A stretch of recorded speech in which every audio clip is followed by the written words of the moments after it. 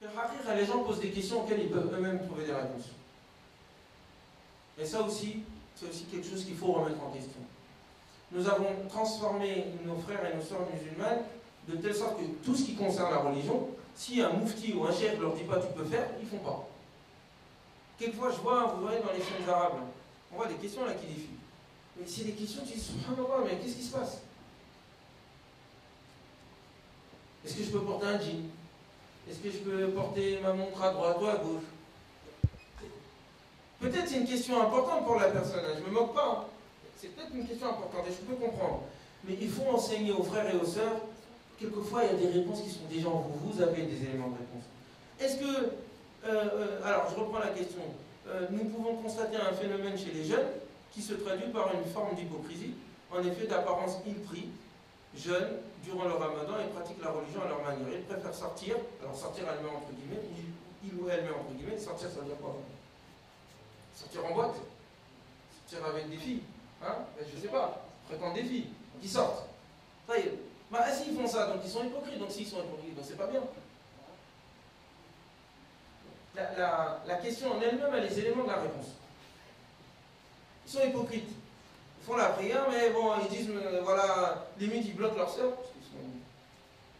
Alors, c'est la honte, l'honneur. Et ils bloquent leur sœur. La sœur, elle ne doit pas sortir. Mais eux, voilà, c'est des étalons. Pardon. Tu peux. Mais la sœur avec qui tu sors, c'est la sœur de quelqu'un d'autre. Donc oui, il y a cette hypocrisie, elle est présente. Et quelquefois même les parents sont complices. Ils bloquent leurs sœurs, les filles, ne sortent pas, elles ne vont pas à l'école, ou elles arrivent après le bac et c'est pas la peine et tout. Elles bloquent leur sœur, la sœur elle sort juste dehors comme ça, il y a juste un regard et un sourire, subhanallah, wal qil wal qal. Et on va dans les catastrophes. C'est ça, c'est le fait de prêter à quelqu'un un comportement immoral qui est en lien avec la sexualité, qui mérite, dans la chaléra, 80 coups de fouet. Toi, tu bloques ta soeur ou tu bloques ta fille, par contre, ton fils ou toi-même, allez, on y va. C'est les boîtes, c'est autre chose, c'est les filles, etc. C'est de l'hypocrisie. Mais comme la personne l'a dit, elle m'a dit, pensez-vous que cela est un phénomène courant dans toutes les sociétés et qu'en pensez-vous? Là, ce que j'en pense, je viens de le dire, mais je crois que ça, tout le monde peut le voir. Et est-ce que c'est courant? Je ne sais pas. Ça existe. Est-ce que c'est courant? Je ne sais pas. La question maintenant, c'est de savoir comment on peut faire pour régler ça. C'est ça la vraie question en fait. Il n'est pas d'interdit que ce que Dieu et son prophète ont interdit. Alors quelqu'un qui interdit à une femme ou à un homme ou à quiconque quelque chose que Dieu n'a pas interdit, c'est lui qui fait la chose haram. Il est haram d'interdire ce qui n'est pas haram. Comme il est haram de rendre licite ce qui est haram. Si tu interdis à ta femme quelque chose qui est de l'ordre d'avoir des copines non musulmanes, c'est précisé, et j'espère que ton épouse et j'espère que la sœur est assez mature, parce que nos femmes ne sont pas nos enfants. C'est pas un mineur.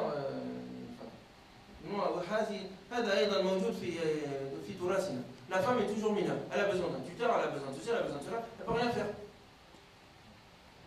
Tu discutes avec ton épouse. Il n'y a pas d'interdiction à faire envers son épouse. On discute, on parle. Si elle a une amie qui selon toi, et par rapport à ta compréhension de la religion, et par rapport au bien que tu veux pour ta femme, pas au danger que tu ressens pour toi-même. Il y en a qui interdisent parce qu'ils ont peur pour eux. Alors, si tu veux, si par rapport à l'aune de ce que tu veux de bien pour ton épouse, que tu aimes tant, et que tu dis que cette fréquentation-là, moi je pense que c'est pas une bonne chose, ça ne s'interdit pas. À moins que tu sois tout le temps à la maison et que tu fermes ta femme dans la chambre, elle sort et elle téléphone. Donc même si tu lui dis je veux pas que tu fréquentes un tel, elle va le faire. Donc c'est la discussion qui permet de régler ça. 90% des relations entre les hommes et les femmes ne doivent pas se passer sur l'interdit ou la règle. C'est la discussion. Tachao. Et si il s'agit de parler du non-musulman, il n'est pas haram d'avoir des amis non-musulmans ou non-musulmans, bien au contraire. Surtout qu'on vit dans une société non-musulmane, je ne sais pas comment on peut faire pour ne pas avoir de relations et d'amis, en tout cas pour ceux qui ont grandi ici, d'amis non-musulmans. C'est pas possible. Donc c'est pas haram. Tant que bien sûr, cela ne te guide pas vers l'interdit. Mais ça c'est vrai pour le musulman comme le non-musulman. Il y a des musulmans aussi, quand tu les écoutes, ils peuvent te guider vers l'égarement. Donc le critère, c'est ce sur quoi se base votre amitié. Musulman ou non. Allah. Effectivement, les problèmes de société que nous avons, nous ne trouvons pas les solutions communes parce que nous ne mettons pas en commun nos expériences mutuelles. Et je reviens sur les relations entre les sœurs et les frères. Et ça, c'est quelque chose de sensible. Nous, dans notre nouvelle mosquée, là, j'ai fait un petit tremblement de terre. Là. Parce qu'à un moment, on discutait en disant est-ce qu'on met les sœurs, on les met où? Parce que nous, on a une grande salle et il n'y a pas d'étage, il n'y a pas de cave en dessous, rien, c'est comme ça. Ouais. Et moi, ma position dans le conseil d'administration, à l'époque du prophète, il n'y avait pas de séparation. Très clair. Tout le monde sait qu'à l'époque du prophète, il n'y avait pas de séparation. Ça, c'est premièrement. Or, aujourd'hui, tu as des frères, ils nous disent, même la mairie assistée, dit, si vous voulez, on achète un rideau. Et c'était nous qui, dans le conseil avec la mairie, on dit, non, on ne veut pas de rideau. On va mettre des barrières, parce que bon, mais on ne veut pas de rideau. Mais vous avez vu, tellement on a convaincu que l'islam, c'est la séparation, c'est l'apartheid. Séparation, c'est beau. Ça ne pose pas de problème. Non, c'est l'apartheid des femmes, on les met dans un coin là-bas, fille, macan, une sarir. Oh, mais ça me rire. Très loin. Et elles sont en train de là-bas, c'est pas, elles se tirent les cheveux peut-être, on ne sait pas, les sorciers, c'est quoi, on les voit pas. Et donc, nous, on a pris la position, on a dit non, on va mettre une séparation quand même, mais les femmes, elles peuvent voir l'imam, elles peuvent interagir. Ce sont les sœurs elles-mêmes qui viennent nous voir, elles mettent des rideaux, elles ont même cotisé pour acheter un rideau noir. Et t'as des frères, ils viennent me voir, ils disent c'est toi le mascoul, je dis oui. Il me dit mais tu vois, on a un couleur de sécurité là, bien obscur là, bien, il dit ça c'est bien pour les femmes. C'est là-bas. Je dis mais pourquoi tu ne dis pas les hommes ils passent là-bas? Parce qu'il y a une grande porte d'entrée, machallah, très beau, ça c'est pour les hommes. Et puis les femmes, on les met là, dans le coin là-bas, là, bien obscur. Et à un moment donné, je vois, il y a les rideaux qui commencent à se mettre là et compagnie. Et je pose la question, frère. Je dis, mais. Et aux sœurs aussi. Je dis, bon, est-ce que vous suivez la sunna du prophète ou pas? Ils me disent oui. Je répète la question 3 fois. Je leur dis, bon, ce que vous voyez là, ici, là, c'est bid'a. Si on devait suivre la religion telle qu'elle, parce que soi-disant, il faut suivre la sunna du prophète, il y en a, ils viennent en camis. Et ils nous reprochent de porter des cravates. Il y en a, comme je l'ai dit, s'ils pouvaient marcher dans les Champs-Élysées avec un chameau pour faire comme le prophète, et après leur chameau, qu'au soit, et puis ramener une petite ânesse qui s'appellera Doul, ils diront Masha'Allah, c'est la sunna. On sait tous très bien que ça c'est la sunna. Par contre, ce qu'il a fait dans sa mosquée, ça par contre, on le met de côté.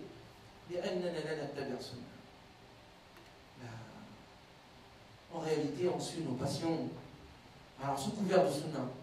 Et ils disent, à un moment donné, tu as des gens qui commencent à parler, etc. Est-ce que ça, c'est clair, vous êtes d'accord avec moi que le prophète a fait comme ça? Oui.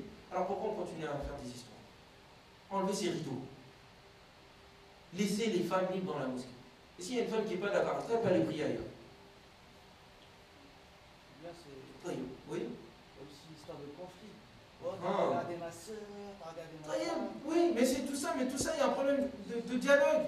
Ton frère, machallah, mais si j'ai pas confiance en toi, mon frère, en qui je vais avoir confiance? Je viens, je te fais la bise, salam alaikum. T'as des frères, ils ne te connaissent pas, ils te serrent dans leurs bras, ils te serrent. Moi, quelquefois, ça me gêne. Moi, quand je ne connais pas quelqu'un, j'ai du mal à. Ma peau, elle n'aime pas toucher quelqu'un, la peau de quelqu'un d'autre. C'est mon éducation. Mais les frères, ils t'aiment tellement, ils te prennent dans ses bras, machallah, compagnie et tout. Sa soeur, elle vient, il faut que je tombe dans le visage. Pourquoi? T'as pas confiance en moi? Tu crois que je vais faire quelque chose avec ta soeur? Dans la mosquée? Dans la mosquée? Subhanallah. Et par contre, le frère, et j'en connais certains, ils viennent, comme je le dis, je lui ai dit à mon frère, tu tapes la bise avec la boulangère, mon frère, je te connais. Je te connais, toi et moi. Alors arrête.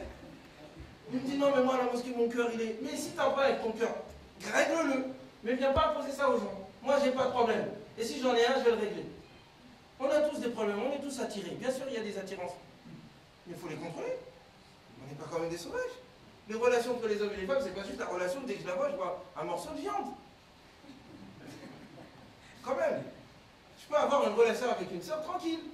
On peut discuter. Après, bien sûr, il y a les adab.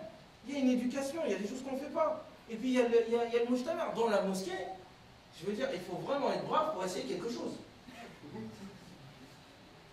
Parce que déjà, tu as la sœur qui va te taper, tu as les sœurs qui vont venir aussi, et puis tu as tous les frères qui vont venir t'attraper après. Donc, t'inquiète pas, machallah, il n'y aura rien qui va se passer avec ta sœur. Tranquille. C'est juste, ce sont les traditions et les coutumes bédouines qui sont pas en nous. Ta sœur, tu la considères comme un objet. Ta femme, tu la considères comme un objet. C'est à toi. Tu supportes même pas peut-être que quelqu'un puisse demander sa main.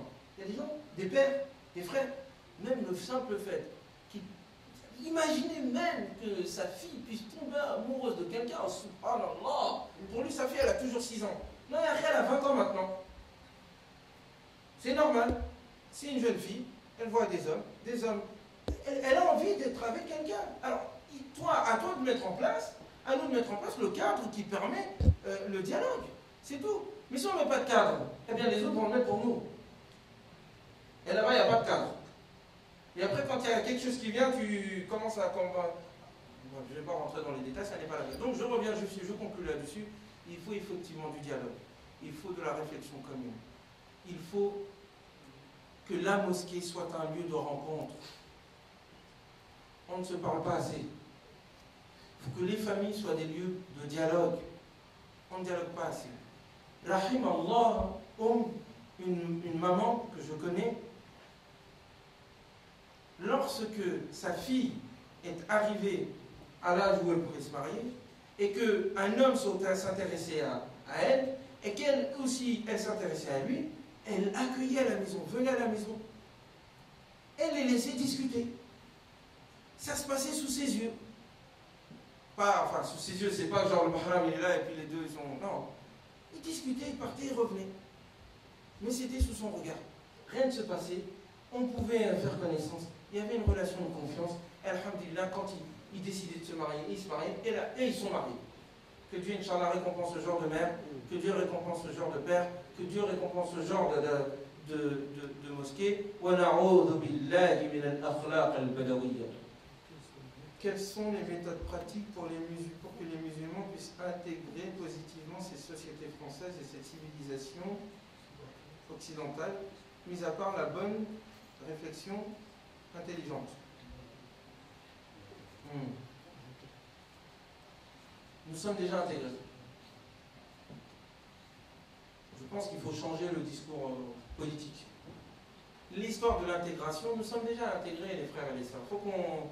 Aujourd'hui, avant, il y a 30 ans, voire un peu plus, on pouvait comprendre, on pouvait parler d'intégration. Ce sont nos parents qui étaient là, ils viennent du bled, ils ne connaissent pas toutes les règles de la société. Et donc la société française se devait de faire un effort d'intégration.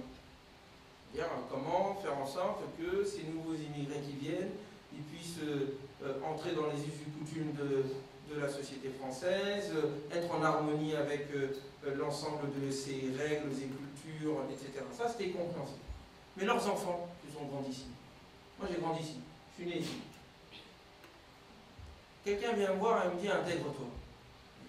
Moi, toi, intègre-toi. Intègre-toi. Pourquoi tu veux que je m'intègre, moi? Et je me souviens, j'avais eu cette discussion avec un ami à Sciences Po. Bon, après, je l'ai vu dans le rang de l'UMP, donc après, j'ai compris d'où il venait.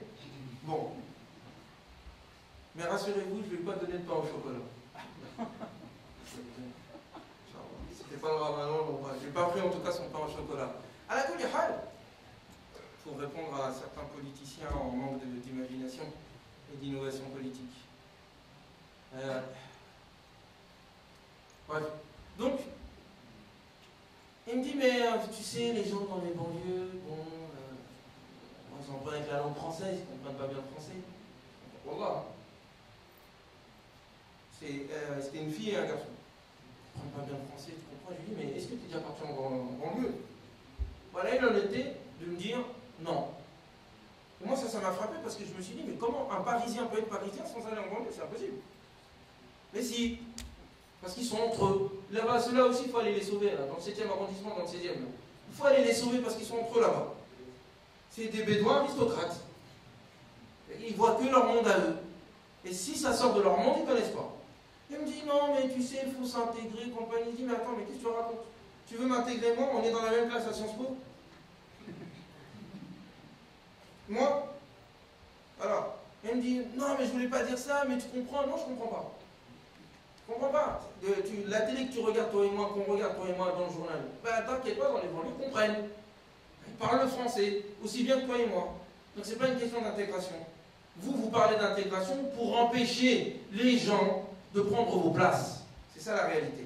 Il y a des jeunes dans la communauté musulmane et dans la communauté immigrée de manière générale qui ont les capacités de diriger ce pays. Et c'est un rapport de force qui est en train de s'établir. Il y a des élites qui ne veulent pas laisser la place. C'est tout. Alors on nous parle d'intégration, on est en train de nous dire qu'il faut être citoyen, et nous on est culpabilisés. Ah oui, il faut encore faire plus d'efforts. Ils ont dit qu'il faut respecter la République, on a dit oui, on respecte la République. Et ils ont dit qu'il faut respecter la laïcité, on a dit oui, on respecte la laïcité. C'est nous qui chantons aujourd'hui la laïcité. C'est nous qui demandons à ce que la laïcité soit appliquée. Qui change les lois aujourd'hui? Nous? Non, c'est eux. Donc, CAFAM. On n'a pas à être intégré, on est déjà intégré, on est chez nous ici. Maintenant, la question c'est, quelle est l'autre étape? Nous devons contribuer. Nous devons apporter des choses à ce pays. Et de la diversité, nous en avons. Vous savez ce qui est problématique dans l'élite française? Pour les avoir fréquentés. J'étais dans la même école qu'eux. C'est une étroitesse d'esprit. Quand je discutais avec certains, j'avais l'impression de discuter avec un bédouin. Vraiment. C'est comme ça. Ils sont entre eux. Il n'y a pas de renouveau. Nous, on a la chance, il y a de la diversité. Moi, je parle le soninké, je parle l'arabe, je parle le français. Je venais souvent ici à Aulnay, parce que j'ai de la famille ici. J'étais à la Goutte d'Or, j'étais à Levallois, j'étais à Neuilly. Je sais faire la différence entre un franc-prix de Levallois et un franc-prix d'Aulnay. Et oui, le franc-prix de Levallois, la caissière, elle a la classe. La caissière d'ici, c'est limite, elle ne va pas cracher dessus. Et oui, la poste dans le 7e arrondissement à côté de Sciences Po, c'est pas la poste à la Goutte d'Or. C'est pas pareil. L'assistante sociale qui vient t'accueillir à Levallois, machallah, tu rentres dedans, ça sent le parfum, c'est beau, t'as envie de rester. L'assistante sociale au 18e arrondissement ou ici à Aulnay, c'est autre chose. Donc ça, on sait. Donc le problème, c'est un problème d'égalité. Et après, vous êtes en train de nous dire on n'est pas intégré. Comment ça, on n'est pas intégré? On respecte toutes vos lois. Toutes les lois, on les a intégrées. Il y a même des frères, ils sont partis, ils vont jusqu'à picoler. Masha'Allah, t'es intégré. Je me souviens, il y avait un cours de sociologie, mais ça, c'est des choses, toute ma vie, je les garderai. J'espère écrire un livre sur le sujet. Ma vie à Sciences Po. Le premier cours de sociologie, je me rappelle, le monsieur, il dit, vous savez, je me rappelle, on a fait notre enquête de sociologie à Aulnay. On est venu ici au Galion, là, mes camarades, elles n'étaient jamais venues ici. Elles disaient, je dis, mais c'est comment? Ils disaient, mais vous inquiétez pas, il ne faut pas vous manger. Vous voulez venir. Enfin bref. Donc, et à un moment donné, il dit, mais vous savez, on dit que la communauté musulmane, la communauté maghrébine, parce que dans leur esprit, communauté musulmane, c'est communauté maghrébine. Donc nous, les Africains, je ne sais pas où on est, mais les lois, on entend avec les tam-tams et tout. Bref. Et donc il dit, vous savez, ils sont intégrés quand même, ils sont dedans, ils sont assimilés. Et vous savez le signe qu'il prend? Il dit, parce que les filles maghrébines, on voit de plus en plus, Hachadillah, Akramakumullah, elles ont de plus en plus de relations en dehors du mariage. Alors, quand elles viennent au mariage, elles sont plus vierges. Elles vont en boîte, elles partent. Et moi je me regarde, mais je suis choqué. Hein. Je prends la parole, je dis, mais monsieur, en fait, ce que vous êtes en train de dire, vous êtes en train de dire que ce que vous entendez par intégration, c'est quelque chose qui va à l'encontre de ce que pensent les musulmans comme bien. Et donc il faut que moi je bois du bourguignon et que je sois sourd pour que vous pensiez que je suis intégré. La classe est mise à l'air, il a compris ce que je disais. C'est pas avec des critères comme ça que vous pouvez penser l'intégration. Et en réalité, je vais vous dire, c'est ça leur critère. Vous vous souvenez de l'affaire la Copé et comment il s'appelle, Hortefeux? Quand à un moment donné, Hortefeux, il parle elle n'est pas comme les autres Arabes là. Celui-ci, j'ai oublié le terme qu'il avait dit. Après, il a dit où il parlait des Auvergnats. Charles, l'Auvergnat. Mais et rappelez-vous, le prophète dit non, il n'est pas comme les autres. Celui-ci, il boit et mange du cochon. C'est pas tout le monde qui pense comme ça, il ne faut pas exagérer. Mais dans nos élites, il y en a beaucoup qui pensent comme ça. Leur intégration, quand ils disent vous n'êtes pas assez intégré, pour eux, quand tu fais la prière, tu n'es pas un vrai Français. Il faut que tu picoles. Il faut que, la jupe elle monte un peu haut, et que bon, non, nous on veut garder notre moralité. Et la France a besoin de cette moralité. Certes, il y a des choses qu'il faut changer chez les musulmans, parce qu'il y a des choses qui ne vont pas, mais il y a des choses bien chez nous. Ce qui construit notre humanité et notre personnalité, d'ailleurs, c'était ça qui existait en France. La France des Lumières, c'était pas la France d'aujourd'hui. C'était la France qui avait des valeurs. Quand vous entendez les poèmes de Victor Hugo, quand vous entendez les propos de Lamartine, quand vous entendez les propos de Robespierre, c'était des hommes. On peut ne pas être d'accord avec eux sur le plan philosophique et religieux, mais c'était des hommes. Aujourd'hui, ils sont où ces gens-là? Ils sont plus là. Donc à un moment donné, ils sont morts. Ils n'ont pas été descendants malheureusement. Et donc aujourd'hui, on voudrait que les musulmans, on est un peu là, les derniers à apporter un peu, c'est avec des choses qui font enlever, beaucoup. Mais il y a quand même quelque chose de l'ordre, les valeurs. Il y a des valeurs chez nous. Il y a des choses qui se font, qui ne se font pas. Ça, c'est important. C'est ça qui maintient une société. La chose que nous, on veut offrir à la France, vous voulez nous enlever ça? Vous voulez qu'on soit comme vous? Non. Si on est comme vous, il n'y a plus de diversité. S'il n'y a plus de diversité, il n'y a plus d'enrichissement. S'il n'y a plus d'enrichissement, c'est la fin de ce pays. C'est la fin de ce pays. Parce que tout le monde pense pareil, ça pourrit. Voilà, il y avait des mains qui se levaient, il y a beaucoup de questions qui viennent. ولكن هل تستطيع أن تتحدث باللغة الفصحى؟ لأنني لا أتحدث جيدا الدارجة. لو سمحت. أو يترجم لي بالعربية الفصحى. ماذا قال؟ Oui. Moi, je n'ai pas dit que la femme sorte, je veux que tout le monde sorte. Même les hommes. La femme qui a 4 enfants, alhamdulillah, si elle a un bon mari, le mari va rester à la maison pour garder les enfants. Là, de temps en temps, c'est bien. Quelquefois, tu gardes les enfants et ta femme, elle sort. Elle sort pour l'éducation, elle sort pour faire des choses. Nous tous, le prophète Mohammed était proche de ses épouses et de ses enfants. Il changeait ses enfants. Si ta femme doit sortir regarder une conférence, admettons, il y a une conférence importante. Dans 2 semaines, nous faisons une conférence sur les femmes, musulmanes et leaders. La femme du frère, elle veut venir à cette conférence. C'est important pour elle. Eh bien, garde les enfants. Arrangez-vous. Trouvez un moyen.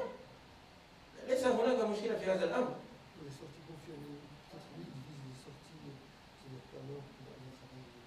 Hatta aller travailler. On ne va pas rentrer dans ces détails. Après, chacun a son mode de vie. Moi, j'ai mon mode de vie, d'autres ont des modes de vie, autres. Il y en a, je pense qu'on est plusieurs ici à avoir des épouses qui travaillent. Et nos enfants, alhamdoulilah, ils ne sont pas perdus.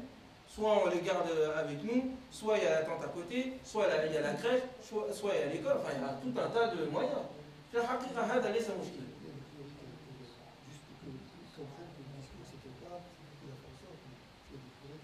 La femme doit sortir, comme les hommes. Nous tous, on sort. On rentre. Après, tout dépend pourquoi on sort.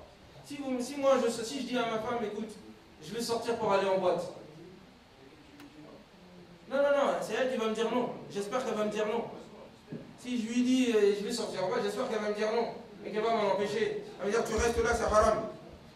C'est pas que dans les autres femmes. Et si ma femme elle me dit écoute Ousmane, moi j'aimerais m'inscrire dans un cours du soir. J'ai des choses à apprendre. Ou j'ai fait un master et j'aimerais continuer pour faire une thèse de doctorat. Viens, on se met d'accord. Mais moi j'aimerais que toutes les femmes soient comme ça. Donc ça dépend, la hadaf. Waqsid fi mashik, dit le Coran. Quand tu sors, il y a un objectif.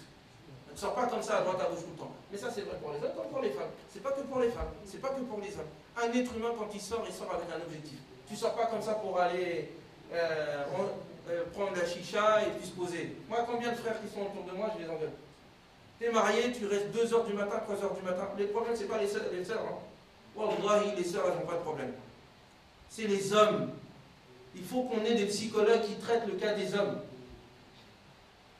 Les femmes n'ont pas de problème. C'est nous les hommes. On a un gros problème. On a un gros problème psychologique d'ego. On n'a plus notre place dans nos familles. On ne sait plus où nous trouver. Et la seule chose sur laquelle on peut se raccrocher, c'est le bâton sur la femme et les enfants. Au moins, tu existes avec ça. Non, Yahri.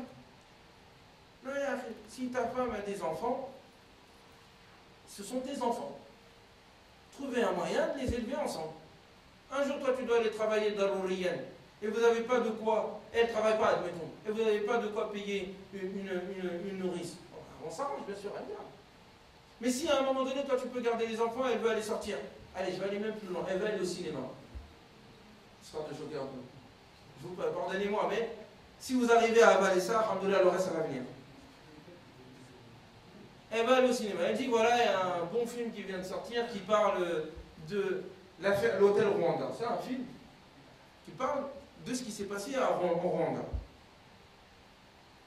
C'est un bon film, ça. Elle dit je vais aller avec des sœurs. Tu vas lui interdire? Pourquoi? Alors tu peux garder les enfants. Laisse-la. Laisse-la vivre. Laisse-la vivre. Laisse-la vivre parce que le jour où tu la bloqueras, qu'elle arrivera à sortir, ah bah crois-moi, tu la rattraperas. Pour ceux qui sont dans la mentalité de il faut tenir la femme. Ah bah si tu la tiens trop, le jour où elle t'échappera, tu vas voir. Ça va te faire tout drôle.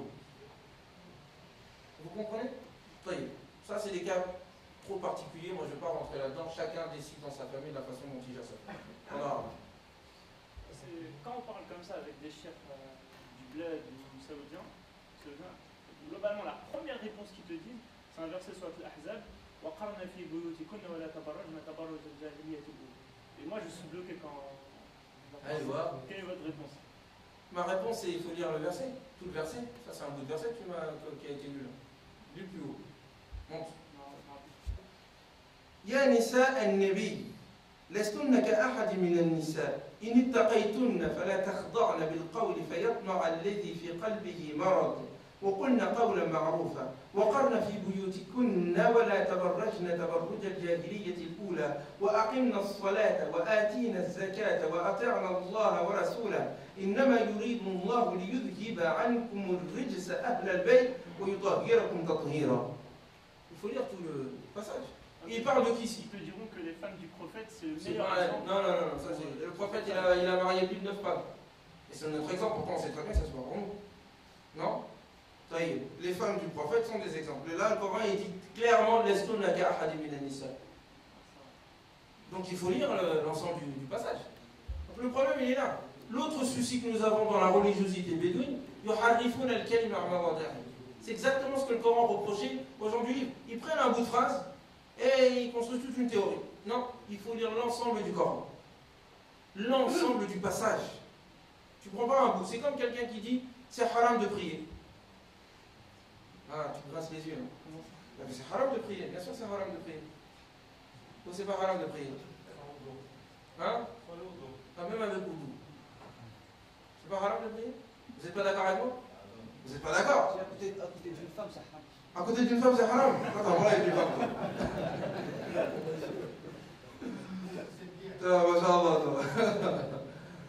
Non, c'est pas haram de prier. Même à côté d'une femme. Tu peux dire que c'est pas bien, ou peut-être que c'est pas bon pour toi, tu te déconcentres et tout, mais c'est pas ça qui rend haram. Mais pourtant, je peux vous apporter un dalil. En cas de guerre? Si, même en cas de guerre, la prière c'est jusqu'à la fin de la vie normalement. Il a compris. Si je viens, je vous dis, Al-Aya al-Qur'aniyya taqul, La taqrabu as-salata. J'arrête là, pourquoi tu continues? J'arrête là.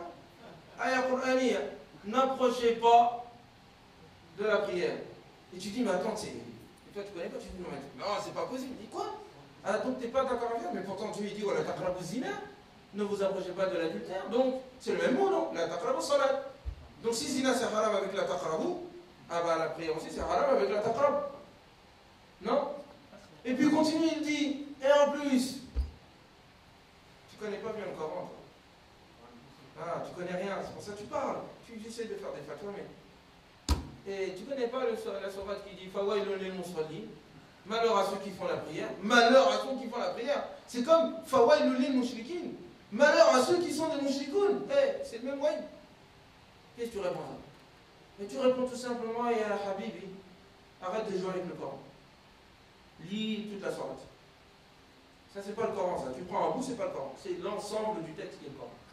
فويل للمصلين الذين هم عن صلاتهم ساهون لا تقربوا الصلاة وأنتم سكارى حتى تعلموا ما تقولون. N'approchez pas la prière quand vous êtes sous, ivre, jusqu'à ce que vous sachiez ce que vous dites. C'est normal. Malheur à ceux qui font la prière, ceux qui sont négligents dans la prière. Ok, on a compris. Pareil, وَقَرْنَ فِي بُيُوتِكُنَّ تحريف الكلمة ومواضعه. وقرن في بيوتكن, restez dans votre demeure. Qu'est-ce que ça veut dire aussi? Donc, on a compris qu'il parle des femmes du prophète. Parce que plus loin, il dit par rapport aux femmes du prophète que personne ne peut les épouser. Personne ne peut épouser les femmes du prophète. Alors quelqu'un va dire c'est la sunna du prophète, c'est nos exemples. Donc moi, après moi, ma femme, personne l'épouse.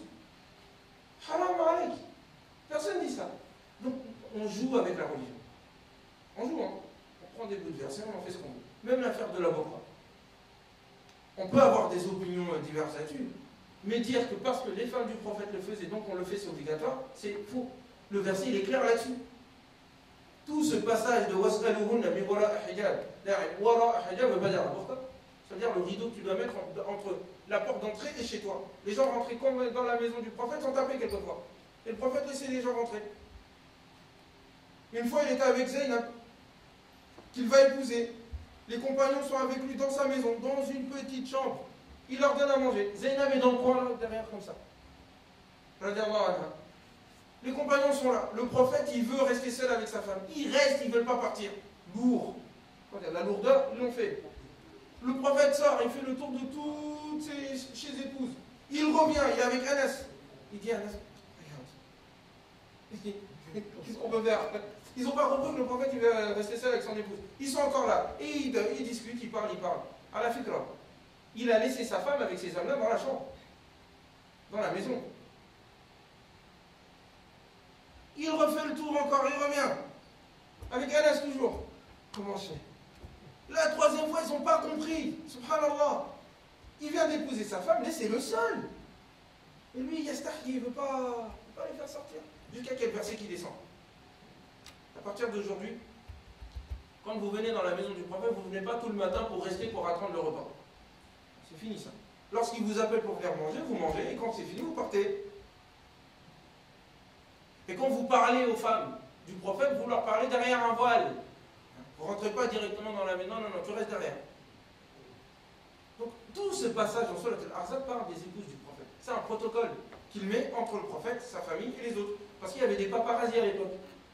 Et oui, et puis on cherchait les people. On veut voir le prophète, comment il est, ceci, les problèmes, et ils vont raconter ça partout. Non, il faut protéger la famille, comme nous.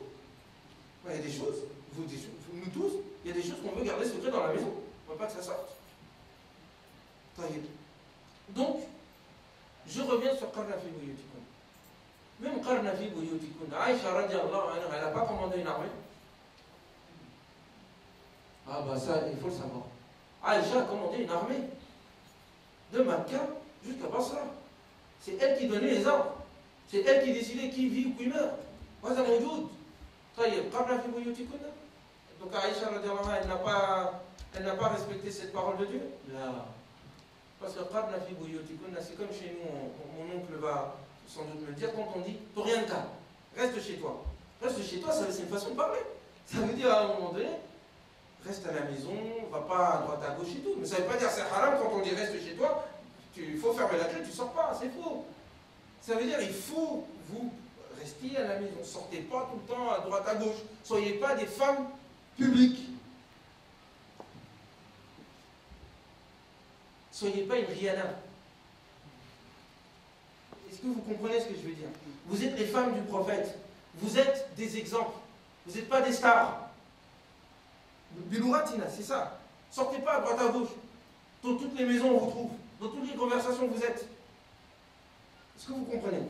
Ça galvaude la position du prophète. Vous êtes les femmes du prophète, vous n'êtes pas n'importe qui. Pas la fille vous avez dire ça. Sinon, les femmes du prophète seraient restées chez elles jusqu'à la fin de leur vie sans sortir avec ce verset. Si on l'avait compris comme il le comprend. Donc quand quelqu'un vient te voir en disant les femmes ne doivent pas sortir en train de la fille, un, il joue avec le Coran, ou il n'a pas compris, et deux, il veut imposer ses propres traditions bédouines. Toi, tu bloques ta femme, elle sort pas. Oui, mais non, on ne fait pas ça. Allah,